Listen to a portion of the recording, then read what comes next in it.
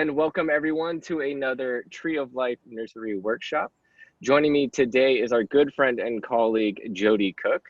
Jodie is the owner of Jodie Cook Designs here locally in Orange County, and she is an expert in native plant horticulture and design, and she has a focus with water conservation in the garden, which is what she will be talking about today with different aspects of sustainability. So without further ado, Jodie, take it away. Welcome. We're here today to talk about a new way to think about our gardens in landscapes, not just as decorative items that look pretty, but as places that add benefits that go far beyond simply looking good. Gardens can do so much more. They can cool the air, they can clean our water, they can protect the living creatures we share our region with, and they can improve our health also, both our mental health and our physical health. Studies have shown that human cortisol levels, our destructive stress hormone, go down within 30 seconds of entering a natural garden. But not just any garden will perform all these services for us. For this, we need a watershed garden. So today we're going to learn a little more about how to look at our gardens as watersheds. And to do that, we're going to need to do a little bit of time travel and a little bit of math.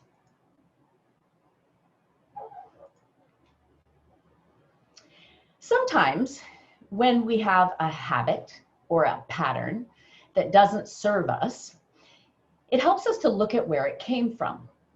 So why do so many of our landscapes look the way they do, particularly here in Southern California? Why is it that we can spend all day driving around our neighborhoods and communities and never really know where we are, in a horticultural context at least? On one side of the street, we see a desert garden. On the other side, we see a tropical garden. Are we in Costa Rica? The next, we may see boxwood hedges. Are we in England? Then we might be in Australia at the next house. Ironically, the access to so much information about gardens has led us to a place where our gardens are lost. They have no identity at all. Many of us inherited our ideas about what a garden is from historic landscapes. Capability Brown created this idea of the landscape park in Europe in the 18th century. And his legacy continues today, even in newly built communities that surround us here in Southern California, or maybe you have a lawn and you have a tree. Whenever you see a broad mowed lawn surrounded by one or two trees, or maybe many if you have a large property, and very little understory, very few shrubs, you know that you're seeing his influence. But not only this type of landscape is unsustainable for us here in California. NASA satellite studies of lawn in the USA show us that 200 gallons of fresh, usually drinking water, per person per day would be required to keep all of our nation's lawn surface areas green. So clearly we need to make a change. But here in the Mediterranean garden, we're getting a little bit closer to the idea of a watershed garden. The Mediterranean regions of southern Spain, Italy, North Africa, the countries ringing the Mediterranean basin, they have similar climate characteristics to California. Our plants are very different, our ecology is different, our animals, our soil, but our climate is very similar. And much of our West Coast architecture comes from this heritage too. One very big difference between the Mediterranean gardens and those gardens of the wetter parts of the world is the way that we all think about water. In dry regions, we know that water is a precious asset and a resource that isn't abundant at all times of year. And that's really the essence of a watershed garden. Water in Mediterranean regions is not a nuisance to be drained away, but something to be treated consciously with care and celebrated. Some might think that the best garden for us in coastal California is a desert garden. But this doesn't look like a desert garden. Our watershed doesn't look like a desert at all. It doesn't have a lot of bare ground. It has an abundance of perennials and shrubs. It has a lot of flowering plants that support our pollinators. California is home to more than half of the native bees in this country. So our watershed has plants with flowers. This is one feature of the watershed garden. No matter where it is, even if you're watching this webinar from some other part of the US, your garden should reflect its place, its climate, and its natural diversity. Everything I'm going to talk about today applies to you also, just, I guess, geared to your particular piece of this planet and the climate and the natural diversity that's within it. So they say that our dysfunctional landscapes have broken connections. So we've broken the connections that nature has evolved over millennia. And to have a watershed garden, what we need to do is we need to reconnect our landscapes in the broken places. So let's start by looking at what a watershed is, and then we'll look at how to turn our garden into one. Often when we think about a natural watershed, we think about a vast area that is bounded by mountain ridges where water flows over it through creeks and rivers and streams, or under it through underground aquifers to arrive, ultimately, for us at least, at the ocean. If you are living in a different part of the world, the end of your watershed might not be the ocean. I mean, ultimately, it's all the ocean, but maybe it's a really big lake. But for us here in California, it's always the ocean. But our home landscapes are watersheds too. And the idea of a watershed in the context of the watershed approach is that it is scalable. Any landscape can behave like a functioning watershed or a dysfunctional watershed. And it doesn't matter how big or how small that land area is. All these landscapes have the equivalent of ridges or high points, and the water flowing off of them also ends up in the ocean one way or the other. On an individual lot, the roof line typically represents the ridge line that in nature might be a mountain or some other high point that is natural. But on our properties, which are pretty unnatural, the rooftop represents the ridge line or the top of the watershed. And the bottom of the watershed, which in the natural watershed is a creek, a river, a stream going to the ocean, for us is usually a pipe going to the gutter or going to a storm drain in the street. It removes water from our landscape, oftentimes entirely underground through piping, and that would represent the bottom of our watershed in a residential context or commercial context. You know, it doesn't really matter, but a built context. So the map on the left shows the 10 defined watersheds in Orange County. Each one is bounded by ridges. Each one has high points and low points. Each one drains to the ocean. But look at this other watershed. This is one of those dysfunctional watersheds. Even this little patch of turf, grass or lawn in this little strip behaves like a watershed. So the most important thing to understand about switching your garden to a watershed approach, we're going to get into all the details, but we're starting with the big picture. And one of the most important things to know about that is shown on this aerial image. How much of this area, and this is Southern Orange County where we're all located, how much of it is green? I've had people tell me, I've shown this for many years now, people say, well, I think about 20% of it is green. And usually that green represents areas that are not buildable. But as you can see, we are building up the areas into the areas that formerly were considered non-buildable. So look at it again. How much is brown and gray? And when you see the brown and gray on this map, you know that it represents roads and rooftops. But what you should really see is that it represents impermeable surfaces, areas that before the region developed used to infiltrate rainwater, but now forces rainwater to flow over land. 100 years ago, these areas that are flat in these brown and gray impermeable areas, infiltrated water into soil where it was cleaned, purified, and filtered before draining to the ocean. This is one of the broken parts of our natural system that we need to reconnect. This is one of the parts that we can reverse engineer at the source, which is our landscapes, to create a watershed-friendly garden. We want to return the land as close to the source of rainfall as possible, back to a place that infiltrates water.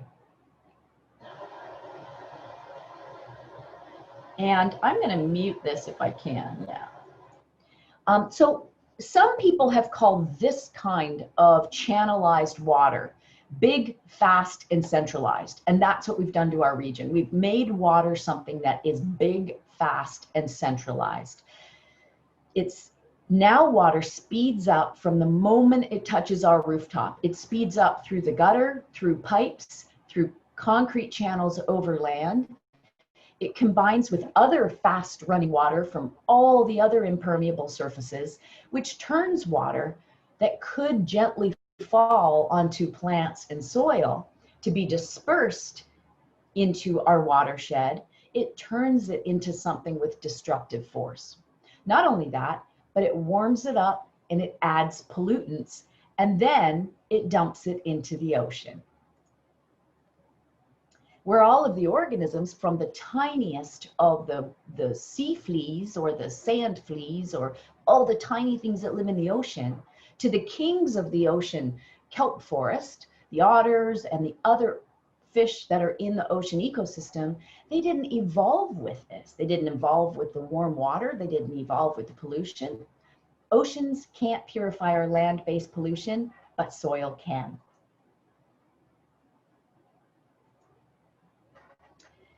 And so the ironic thing about all of this is that California, as you just saw, gets plenty of rain.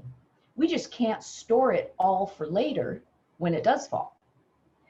But after we've piped much of our water away, we then bring it back in from 4 states away from other people's watersheds to support our habit or our pattern of planting high summer water gardens not appropriate for our region or our climate. In arid climates, up to 70% of potable water is used on landscapes that aren't designed using the watershed approach. So clearly all of this is not sustainable. So what can we do to reverse engineer this and return our landscape water use to more of a natural state? Well, the good news for all of us who really are making an effort in this direction is that studies have shown that when enough of us make watershed-friendly gardens, we have a profound impact on our watershed. So take a look at this map. Let's just pretend this is all of you watching this webinar. Each one of these little houses is you sitting in your house watching this webinar. There's a well-known effect called the neighborhood effect that essentially says that if one of you in one of these houses creates a sustainable garden, if it performs well and people think, it looks like they care for it, it looks like it's nice, then within 5 years, 5 others will follow, each of you. So you can see it has this exponential effect, and sustainability will catch on, particularly if you start with your front yard. So many of us want to start with your backyards, where you use the space. But the front yard is the perfect place to start with your watershed-friendly garden. It's the most unused space typically on our properties. It's the highest sort of releaser of runoff, polluted runoff into the watershed. So if you create a sustainable watershed-friendly garden in your front yard, the most visible place, you'll be leading the way and you'll be giving permission to others, for others to follow. And that's just science. So when we're designing with the watershed, we think about all of these garden elements. We think about the water, the air, the plants, the soil, the biodiversity that they will all attract. We think about hardscape materials. Where are we going to interact with our garden to enhance our health and well-being? But we really want to think about all of these things as one thing. We're all part of this ecosystem together. We breathe the air that the plants breathe out. We inhale what they breathe out, right? The plants attract to them what they need in their soil environment.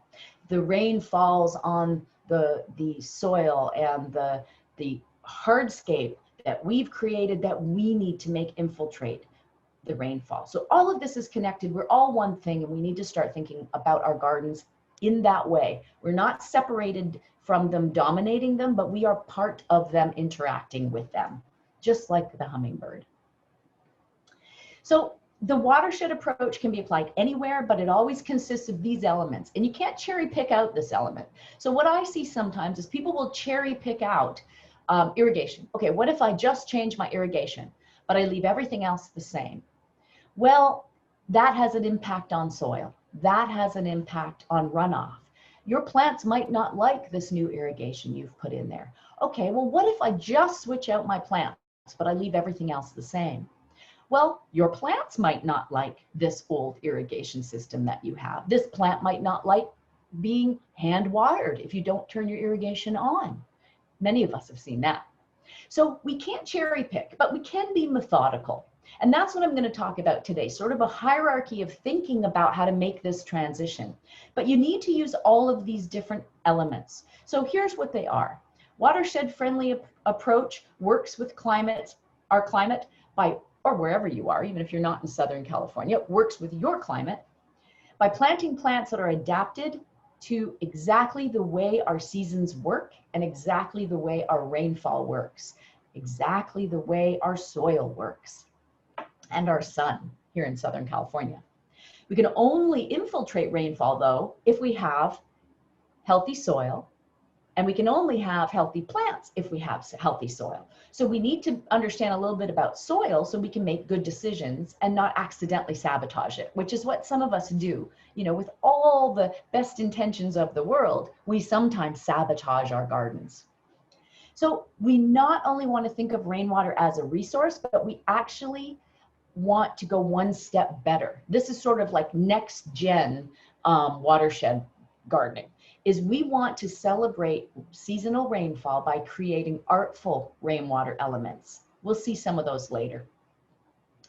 And then we want paths and patios and hardscapes in our garden. We want to interact with our garden, but we need to build them in a way that supports this watershed approach.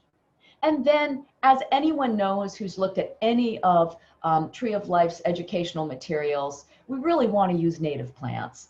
At least mostly native plants, if not all native plants, because they are not only exquisitely adapted to our climate, but they support all the other creatures, insects, birds, small mammals, reptiles that call our region home, that we're sharing our garden with. Most importantly, they help to keep our garden healthy. And lastly, we want to reverse our relationship with insects from one where they're primarily viewed as an enemy to one where they are food. Okay, well, I'm not asking you to eat insects, not food for you, but food for birds and other creatures that we share our environment with. They're part of our native ecology. So now that we have the big picture, let's start to drill it down. I'm going to guess that some of you are going to start with a garden that looks like this, and you are lost and you have no idea where to start. The first thing to think about is that it's really worth starting now, because these gardens, even in the winter when we get rain, are not particularly sustainable. And a big part of the reason of that, it's not the lawn itself. I mean, the lawn is a plant. The lawn does sequester a little bit of carbon. The lawn does release a little bit of oxygen. It's what comes with the lawn that's the problem. It's all of the gas-powered stuff that it takes to maintain that lawn that is our problem. But when we transition to a new kind of landscape, not only do all of those other things disappear, but we really take the benefits of plants and we put them to use. But it's going to look a little bit different. It's going to be less controlled. Nothing's going to be carved out into shapes. We're going to plant plants and allow them to express their natural form. We want the plants to express their form. We want to understand what their form is when we plant them, so that we can allow them to do that. So this is all about this sort of interaction and being more thoughtful with our gardens. Our gardens are still going to be green. These don't look like Phoenix gardens. These don't look like gardens that belong somewhere else. They look like gardens that belong right here. And make a place for your pets. Make a place for nature to be in the garden with you. So let's look at this a little bit more deeply. If we are establishing a garden using a traditional, conventional way of thinking about gardens, where all we're thinking about is it pretty or not? Oh, that plant's pretty, let's put it in here. When we're using a traditional kind of lawn model, lawn with shrubs and annuals or something like that, this is the model that we use for gardening. So the watershed approach, just to be clear, does not use this approach. This is the approach that's used for a traditional, conventional, old style of gardening. You're going to see right away why this is an issue. So in the old style of gardening, well, first let me describe the graph. So you can see that this graph has lines on it. The yellow lines are for represent temperature. The blue lines represent rainfall, essentially. And the green blob represents the gardening season for the most part. So in a traditional garden, we plant like crazy in the spring, the temperature is raising up, the rainfall is raising up or staying the same, and we can establish the garden in the summer because it's raining, it's warm, and the plants are happy, and the soil's happy, and all is well. And then in the winter, we design. Well, if we try to do this with the watershed approach, it's not going to work at all. So I sort of think about the watershed approach as like the Aikido approach. If it were a martial art, the watershed approach, it would be Aikido. So the purpose of Aikido, or the methodology of Aikido, is you use your opponent in that case. To us, it's a friend, it's nature, but let's just kind of continue with the analogy. You use the energy of your opponent to kind of carry the flow of energy naturally through whatever it is you're doing. So I sort of think of that, think of the watershed approach the same way, where we're working with the energy of our climate. We're not fighting against it the way conventional landscape does. So if we're using the energy of our climate and our soil and our plants in the flow that maps our ecology, what we're going to do, another name for this, by the way, is ecological design. That's kind of like a new name for it, really. Well, yeah, pretty new. Within the last 5 or 6 years, ecological design, maybe 10. So using the watershed approach, the last thing we want to do is plant our brand new baby plants in the middle of summer. I mean, you can do it if you're really paying attention. But if we want to use the Aikido approach, we want to work with our climate. We actually want to install our plants in the fall. And then we install, as in plant. Install is such a negative word. So we want to plant our plants in the fall. And then we need to water them in. We need for their roots to be in the soil. But Mother Nature's doing that for us in the fall. And so it becomes a lot easier for us. Also, the soil temperatures are low, so there is less of the kind of disease-causing, less of the disease-causing organisms that might cause our plants trouble if we plant in the middle of the summer and when we start watering it. So you'll see that this graph actually represents the gardening season totally differently for us. So we want to start planting in the fall, and then we want to wrap up the establishment of our garden later in the spring, and we can add a few desert plants that evolved with summer rainfall here and there in the summer, but the bulk of our garden, our native garden, should be installed in these green shoulder seasons. And you can see the winter is on the left, the winter is on the right, and the summer is in the middle. So in these shoulder seasons is how the watershed approach recommends working with our ecology, with our climate to install a garden. And to really establish a garden, which is that first critical 3 months, I would say, is this critical time in a new garden. So using the watershed approach, we also begin to look at soil more deeply. We think of it as another living ecosystem that needs to be supported. We're used to thinking about the above ground ecosystems and supporting them with what they need to survive and to thrive. But many of us aren't used to thinking about our soil as an ecosystem to be supported too. But to a plant, that is their ecosystem. To a plant, that's their whole life, is the soil. So when we start supporting the soil, and usually what that means is just simply not sabotaging it by accident with well-intentioned interventions. So when we start supporting the soil and not sabotaging it, it means all the difference to the health of the plant, which of course then benefits us. So the soil on the left is the kind of soil that you see in many, I would say, traditional landscapes, underneath a lawn, for example. It's salty. You can see that when you look at all these little white deposits in an arid climate. When we water in the summer, much of that water evaporates and it leaves behind it salt, because our municipal water comes from a long way away. It gathers salts and minerals along the way, and the salts remain in the soil. So you can see that a lot when you look at these soils underneath lawns because of the way they're watered. And you can see even here, all the way down here, this little crispy bit of salt. So usually they're salty, usually they're over-fertilized. Over-fertilizing leads to a bunch of different problems in itself. It leads to compaction and too much salt. And ironically, I was just reading the other day a study by the University of California that showed it actually leads to more disease. Fertilizing leads to more disease, which is very interesting. But it also leads to compaction, soil compaction, which is the #1 enemy of a healthy soil system. But look at the one on the right. We've never intervened in that soil. I took that soil sample from a completely wild natural area. It has never had human intervention.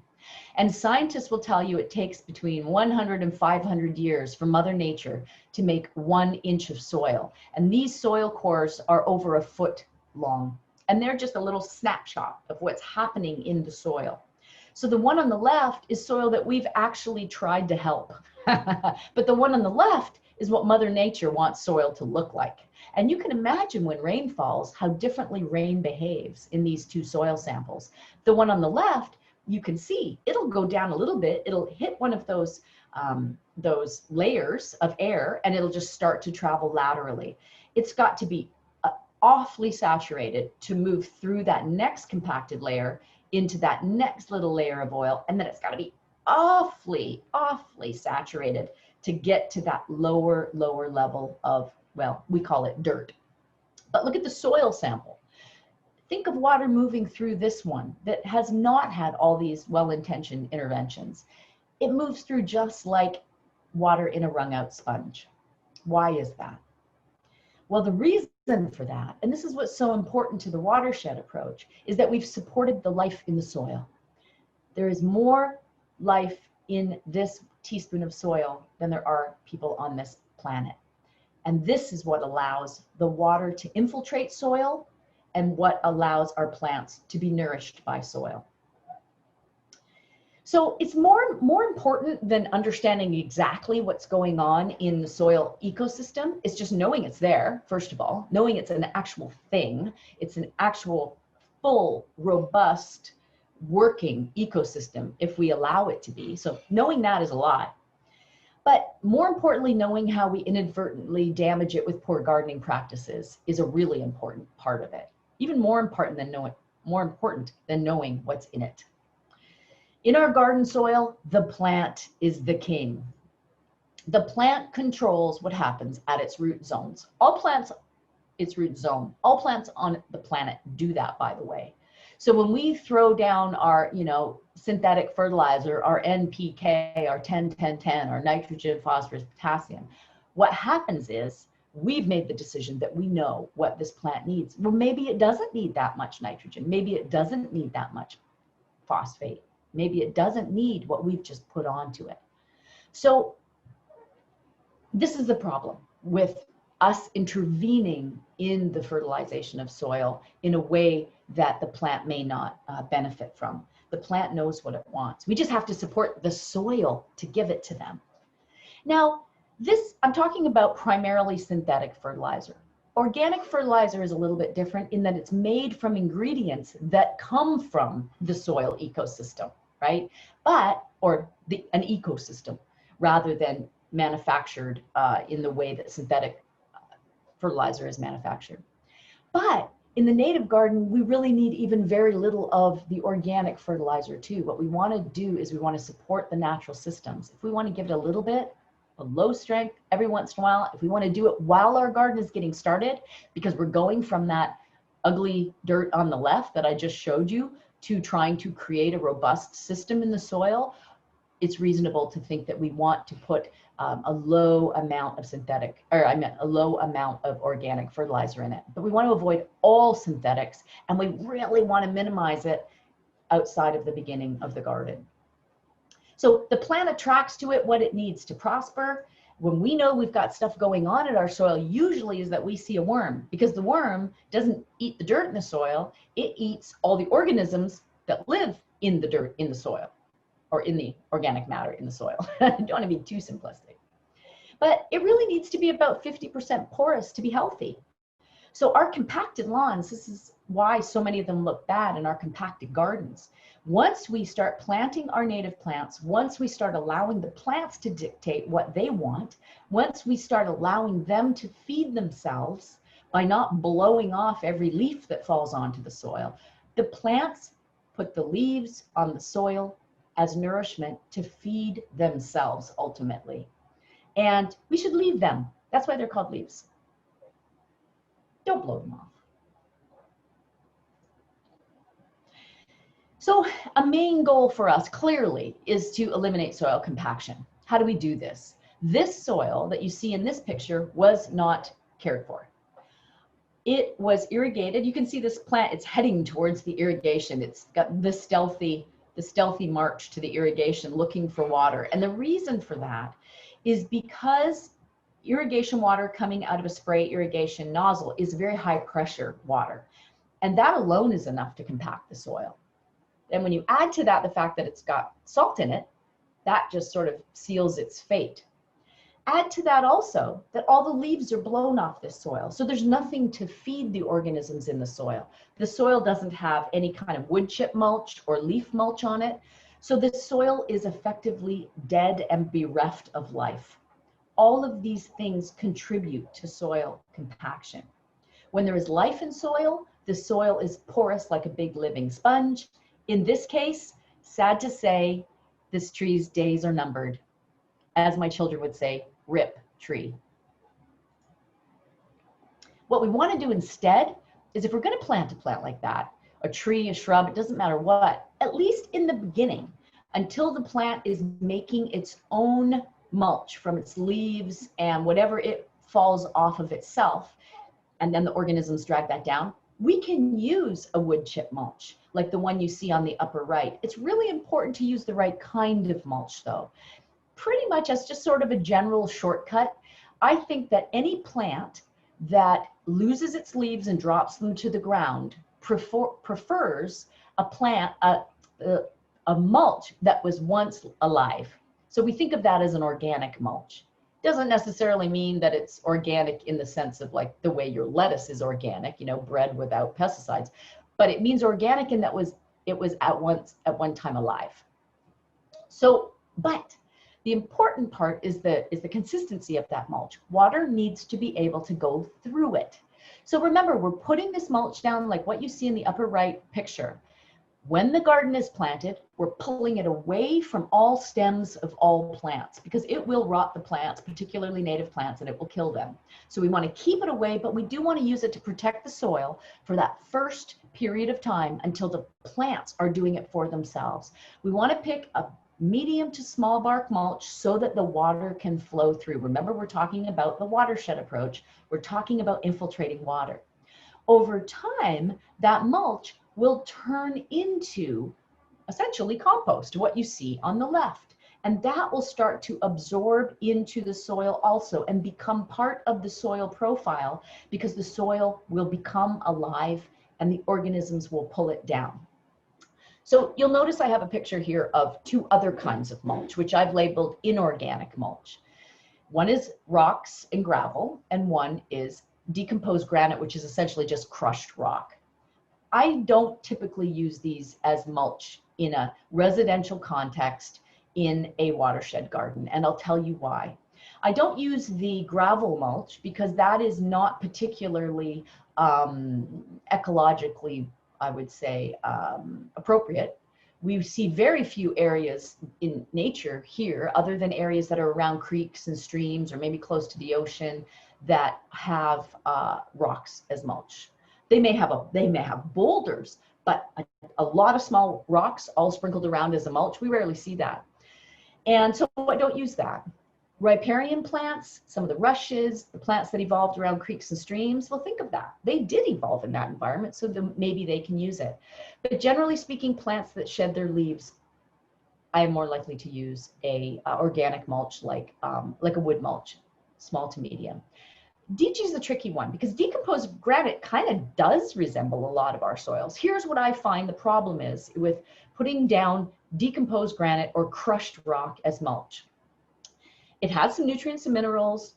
Many of the plants like that. But what I find the problem in a residential context is weeds.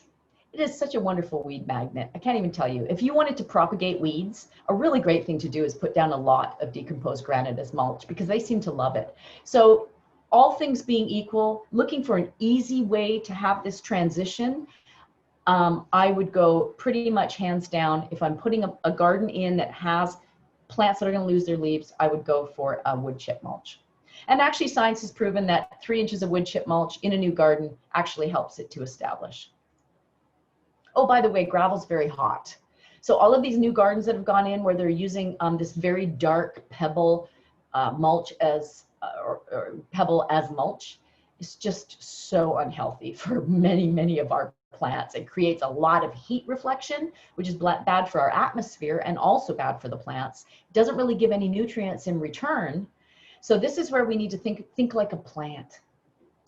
Okay, so we're going to abandon soil. We know that soil cleanses, filters, and purifies rainwater. Now we're going to just jump over, okay, that's all fine and dandy. How do we do that? Well, a general rule is that you want to slow water down. And when I say water, I'm always talking about rainwater first. We're used to, in conventional landscaping, when we think of gardening water, what do you think of? Well, I think of sprinklers, at least here in California. I'm not thinking about that. When I think first about water in the garden, I'm thinking about rainfall when it happens in our climate. So a general rule, slow the water down as close to the source as possible. Then you want to infiltrate it as much as possible or use it on the site. So take a look at this example. We are immediately slowing water down. This used to be a really long downspout. It has been switched over to a rain chain. And that is going to get to something I'm going to talk about in a moment, which is using rainfall as a form of art, celebrating it when it falls. So this is a rain chain. The rain chain, pretty long really, but it works great. There is a little attachment up close to the top that funnels the rain into the rain chain. Just from a practical standpoint, you really do need that little funneling device at the top of the gutter in the hole, because if you don't, it'll kind of just spin around in the air.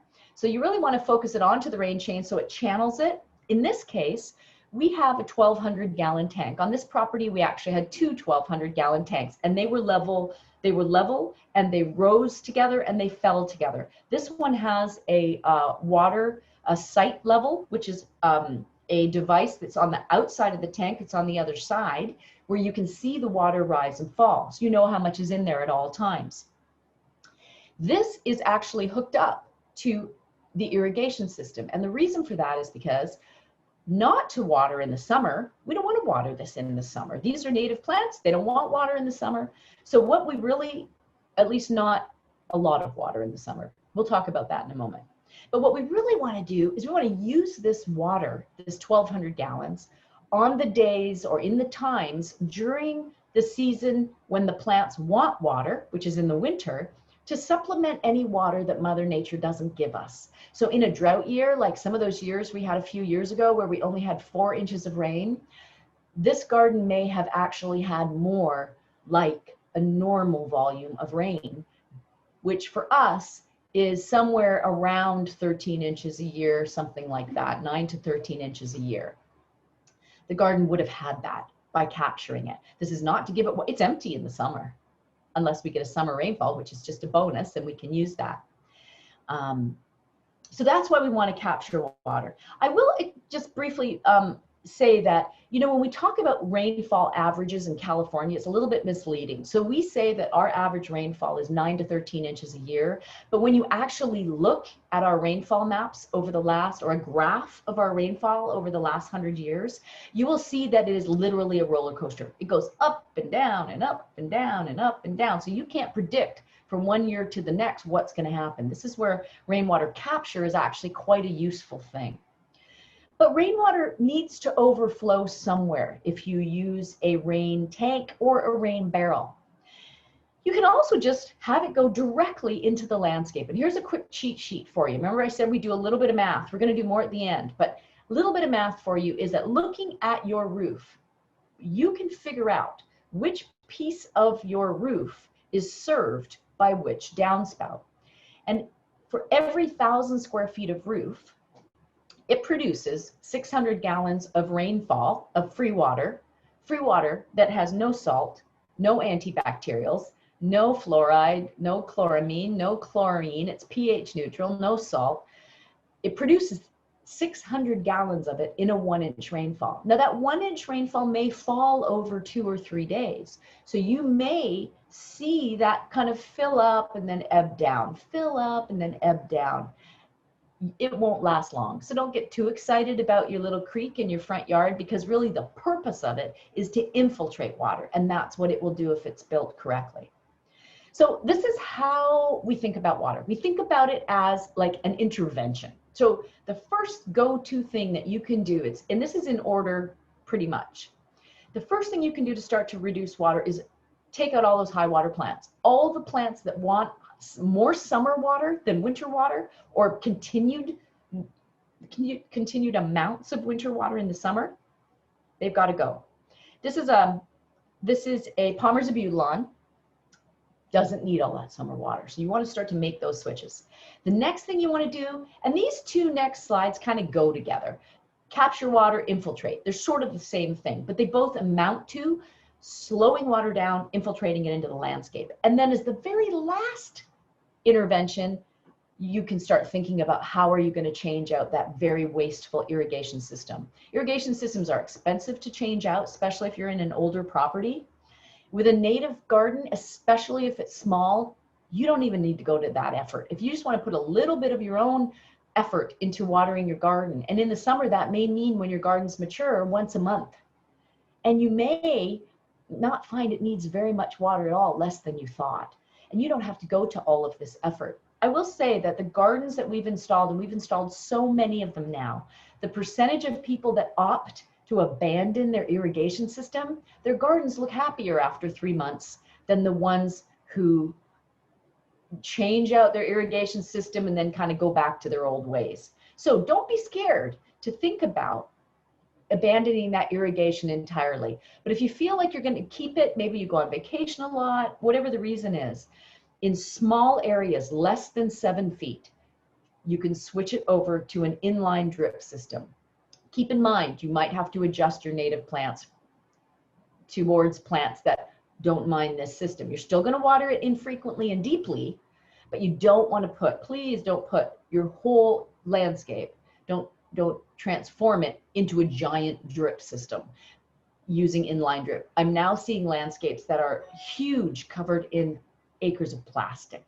We really, no, that is not a good use of energy. So, but what is a pretty reasonable compromise are these, they're called rotating nozzles. They throw water much more like rain falls. They allow the soil to absorb the water in much the way that soil absorbs rainfall. So that's a better compromise for us. All right, So how do you make a swale? A swale is just simply a depressed area in your landscape. The mantra for thinking about swales and rain gardens is slow it, spread it, and sink it. That's the key. We want to create a rain garden that is absorbent in the bottom. It has shallow sides because we don't want any erosive force. We want to make sure they really are much shallower than people think. They're typically no more than 6 inches, no more than 8 with the absorbent matter in the bottom. And the absorbent matter can be almost anything. It can be a chipped up juniper that you had on your property. It can be old mulch. It can be compost. The point of it is it's got to absorb that water and then slowly release it to your garden over time. Swales and rain gardens are very similar. A rain garden is really where it's all done in one place, and a swale is where it is kind of meandering through the garden. So this is a great example of a swale that has shallow sides. This is a small garden, and so the swale is relatively narrow. It's less than 3 feet wide, and it meanders through the garden. Ultimately, you won't even see this if it's covered by plants and naturalistic growth. This is a rain garden where it's all in one place. On the other side of this photo is the ocean. And so what the goal is to take all that water coming from the sidewalk, coming from the driveways, and to put it into this rain garden. And a quick cheat sheet is that 10 by 10 rain garden, 10 foot by 10 foot rain garden, 6 inches deep, can pull through, can save, can infiltrate 374 gallons of rain each time it falls. And remember, that's slowly over a period of time. It's not like someone has a giant bucket and they're dumping it all down at once. It's slow, it's infiltrating. Keep in mind also what I said earlier about thinking about your plants more carefully. There are many plants that are quite happy to live in or near a swale or rain garden, in or near this sort of pebbled environment that you want to create because you're trying to slow water down. And don't forget your permeable surfaces. When you are thinking about places for you to interact in your garden, you really need your garden to be open to rainfall in some way. So cut channels into it, lay it down as, that's a good use for decomposed granite. That's a good use for gravel. Don't use shifty gravel underfoot like a river rock. Use angular gravel like a pea gravel. Much, much, much better for using as a garden surface for a patio or a path. And remember that you can also create a hardscape surface. This particular one on the right-hand side, it's hardscape, it's permeable, it's a path going to a gate. If you want to grow plants in between it, you need at least 3 inches to do that. But if you just want to make it permeable and allow rain to infiltrate, you don't really care about the plants, you're going to fill it up with tiny little bird's eye gravel, or you're going to fill it up with decomposed granite or crushed rock. It only needs 1.5 inches to be able to infiltrate water. So now we're going beyond this idea of just simply putting it into a swale or a rain garden, which you can't really even see later because the plants are all grown in. And we're thinking about water as a celebration. So look at this one on the left. I really love this because this is water that during the rainy season comes off of the roof and it spills onto this rock. It splashes onto this map of the watershed. And as the water moves through this map of the watershed, it's tracing out the larger watershed with all of the tributaries and streams. And so it becomes educational. Our gardens are unseen for the most part. They don't see the structure or the infrastructure of our gardens. And so we need to explain to people sometimes, this is what our gardens can do. This is how they can benefit our whole planet and us. So this is a great way to do that. I think this is really fun. This is at I think a university campus or something oh no, it's at the Penn State Arboretum. So yeah, they get more water than us. We can do it here too. But here's a way that we can celebrate water simply at our homes. There are many beautiful rain chains available. We can start to celebrate that water in a beautiful way while it's falling, and then have a little piece of jewelry on our landscapes even when it's not falling. And people have been very creative with the kinds of things they've done. You can imagine what this looks like when rain is coming out of those gutters into this rooftop garden. through those salmon. Because the wonderful thing about this is this kind of makes a bit of a statement about what we have done to our rivers, damming our rivers, removing our ability for fish to spawn naturally in our rivers. So it is giving people a very subtle but beautiful story of water. Okay, from art, we're going to get back to science again. So basic math, any of you who don't want to see this, you can just click off right now. But I want to, for those people who actually want to do this in your homes, I want to give you a little bit of this. You can go onto Google, just regular old Google Maps, hit the satellite button and drill down into your house. You can right click and you can measure your rooftop. You can do this. You can determine where the water comes down that downspout, how much of your roof is served. You can determine what the square footage of your roof that serves that drain pipe is. And then you can determine, based on how much water we receive from Mother Nature, you can determine how much water is going to fall down onto your landscape. And you can determine how much volume you need in your landscape to conserve that water, to infiltrate it. So here's how you do it.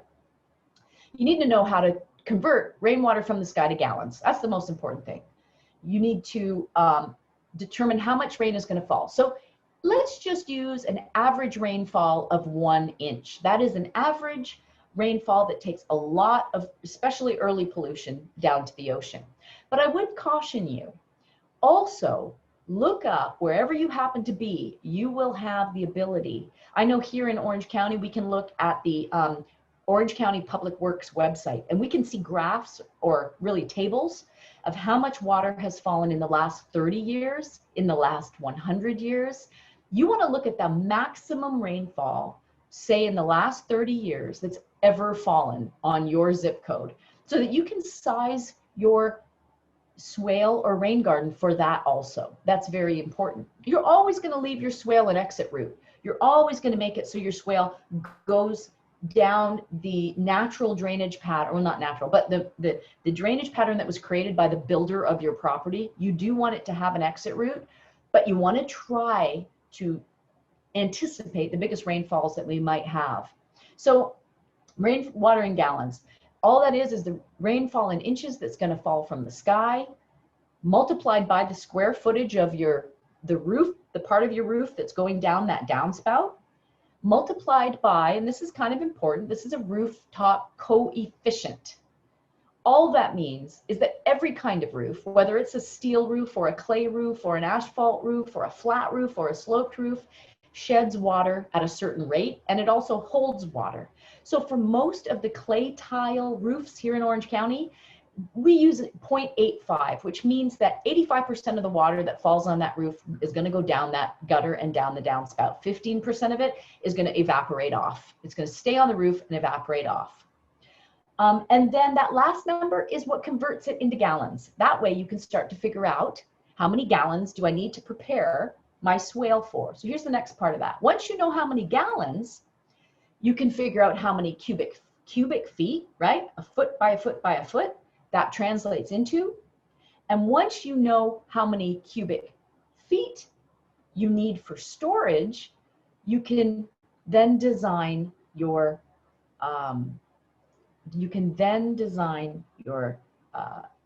swale or rain garden around that. So once you know your cubic feet, figure out how much space you have available. So you can do that on Google Maps too. You can just do a little bunch of, you can do a polygon, really. You can do a polygon that's in the shape of where you think you want your swale to be. Look at how many square feet that is. You know how many square feet you have available. Let's say it's 100 square feet. So then you simply put the cubic feet that you just determined that you need for storage. You divide that by what you have available in your landscape for your swale. Let's say that's 100. You multiply it by 12 because it's going to give it to you, if you don't, in 1 foot by 1 foot by 1 foot increments. Well, that's not really what your swale is going to be. It's not going to be a 1 foot by 1 foot channel.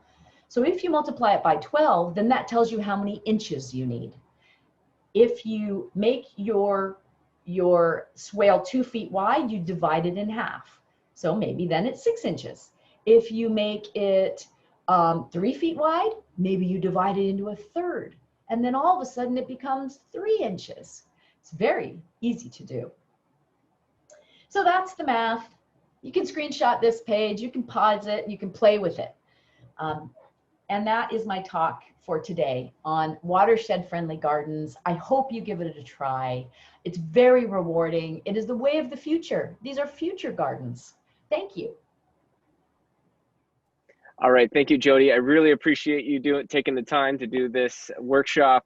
You did a great job with it. I encourage everybody to pause, go back, and check out the quality information you have here in this workshop.